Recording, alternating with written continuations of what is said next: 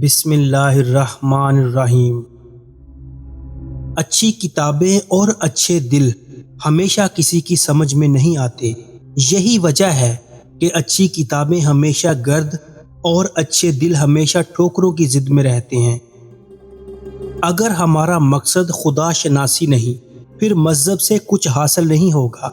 خدا کے فرمان کے علاوہ مذہب بے معنی ہے۔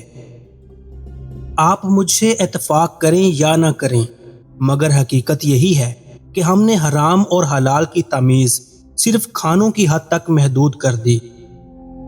معاشرتی ناکامی کی بڑی وجہ یہ ہے کہ لوگ اخلاقی برائیوں کا ازالہ عبادتوں سے کرنا چاہتے ہیں۔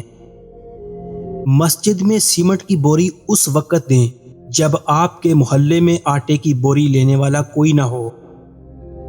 المیہ یہ ہے کہ جو جتنا بڑا ظالم اور بدمعاش ہو، اسے اتنا بڑا وکیل دستیاب ہو جاتا ہے اور وہ مجرم بزور طاقت اپنے حق میں فیصلہ خرید لیتا ہے۔ ہمارے شہر کی آب و ہوا منافق ہے۔ یہاں وہ پیڑ ہرے ہیں جو جھوٹ بولتے ہیں۔ شدت پسندی وقتی طور پر اگر کامیابی دلا بھی دے تو وہ اخلاقی طور پر ہارا ہوا تسلیم کرنا چاہیے۔ جیت ہمیشہ سچ اور اخلاق کی ہوتی ہے۔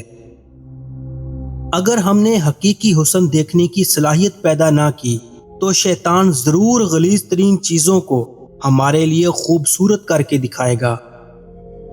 ہمارے ہاں سب سے بہترین انسان اسے مانا جاتا ہے جو غور و فکر نہیں کرتا، جو سوچتا نہیں، جو کسی سے اختلاف نہیں رکھتا۔ جیسے جیسے عمر گزرتی ہے، احساس ہونے لگتا ہے کہ والدین ہر چیز کے بارے میں صحیح کہتے تھے۔ جو رب ایک ماہ صبر کرنے پہ انعام میں عید کی خوشی سے نوازتا ہے، وہ تمہارے سالوں کیا گیا صبر ہرگز رائیگاں نہیں جانے دے گا۔ نامحرم سے محبت اور ناجائز تعلقات کبھی سکون نہیں دیتے۔ عاجزی اور سادگی انسان کو بادشاہ بنا دیتی ہے۔ اصل میں انسان جس خصلت کا خود ہوتا ہے ویسا ہی دوسروں کو بھی سمجھ لیتا ہے۔ ہمارے پاس دلیل کی نہیں، برداشت کی کمی ہے۔ شریعت سخت ہو سکتی ہے لیکن قانون کی طرح اندھی نہیں ہوتی۔ اگر معاشرے میں معافی مانگنے اور معاف کرنے کا عمل شروع ہو جائے تو ظلم کا عمل رک جاتا ہے، اور یقین رکھنے والوں کو اللہ کبھی مقدر سے ہارنے نہیں دیتا۔ اللہ تمہاری دعائیں رد نہیں کرتا، بلکہ وہ تو بہتر وقت پر نوازتا ہے۔ قرآن انسان کے لیے آسانی کی راہیں کھول دیتا ہے، مگر انسان کے لیے بھی قرآن کھولنا لازمی ہے۔ حدیں جو تمہیں قید لگتی ہیں، اصل میں وہی تمہاری محافظ ہیں۔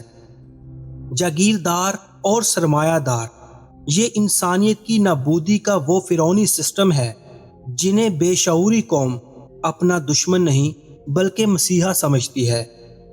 اگر آپ اپنے موٹے اور پھولے پیٹ کو کم کرنا چاہتے ہیں تو زیادہ سے زیادہ دالیں اور سبزیوں کا استعمال کریں، اور آملے کے اچار کا استعمال بھی موٹاپے کو کم کرنے کے لیے نہایت ہی مفید ہے۔